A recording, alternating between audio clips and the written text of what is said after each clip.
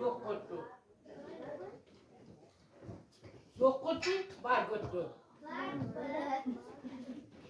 Ha. Bugün kuburos. Ne tabaktan neler? Tabaktan büyük. Bir de ınaktarga borcu var. Bir edne. Onu bilen de. Olur dedi. Ha. Kim etti? Biri gecir gitmez yok diye. Inaktarga da ne? Bir halık var. Kotongusu var. Üstü tuğsun adı ne? Kuburos.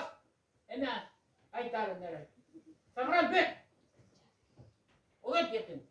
Kapıda. Hı. Kapıda. İşte ben.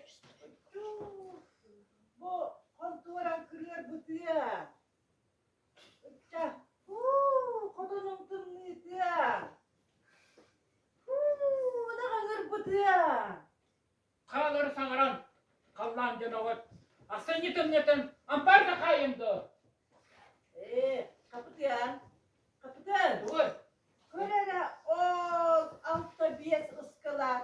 Ardak kabaktan mı? Az bu kadar sıtıyı bu.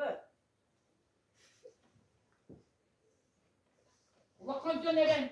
Oğul bütün lakır. Saskıtem sabıran.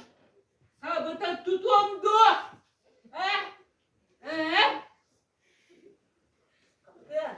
Dur. Kapıda. Moskobun borçsuz bu. Korktuğustan kuray bu.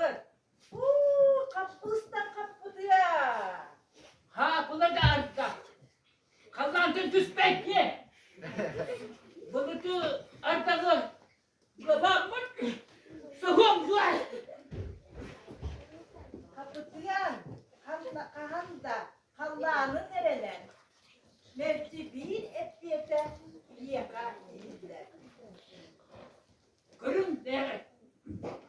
Men tuğum buraya. Allah'ına kıyamayı. Kamanda diyelim de.